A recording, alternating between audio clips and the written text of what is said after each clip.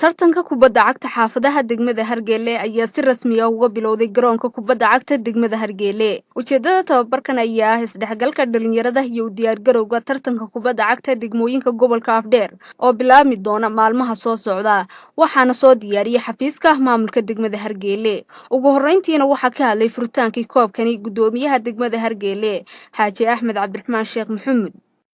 halkan waxaan ku daahfuraynaa kooxaha degmada Hargeele ka jira xaafadaheeda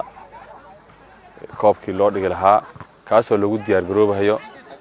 tartanka gobolka ee ka dhici doona degmada Iimey kaasoo kooxaha degmada Hargeele isaga reeb u sameynayaan isla markaana laga xulanayo tiimkii ama kooxdii oo qayb gal lahayd xulkii oo qayb gal lahaa gobolka degmada Hargeele oo qayb gal lahaa tartanka gobolka marka halkan baan ku daahfuray ilaa dhowr maalmood ba socon doona kabacdina waxa laga xulan doonaa maarta xulkii degmada Hargeele kadib ay aadahayaan degmadii lagu qaban lahaa tartanka koobka gobolka Afdheer. sidoo kale waxaan isaguna aan wareysanay gudoomiyaha federeeshinka dhalinyarada degmada Hargeele Bashiir Xasan Sahal iyo ciyaartooydii labada kooxood ee lagu bilaabay. waxa farxad ah galabta inaan ka soo qayb galo furitaanka tartanka muxuu ahaayay isboortiga kooxaha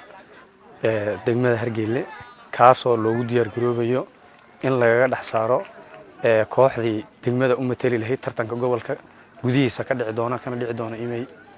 insha Allah waxaan rajeynayaa in ay Hargeele ku guuleysato insha Allah tartanka sanadkana sidoo kale waxaan u rajeynayaa dhalinyaradu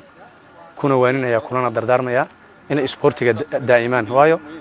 isboortu waa caafimaad ahaan buu roon yahay muqaadaraadka iyo waxyaalaha anshaxumada ah waxyaalaha la dagaalamana weeyaan in ay dhalinyartu daa'iman isboortu lagama weynaado inta badan waxaad moodaa qofku inuu markuu daadiisu yar kordho inuu ka dhaxbaxo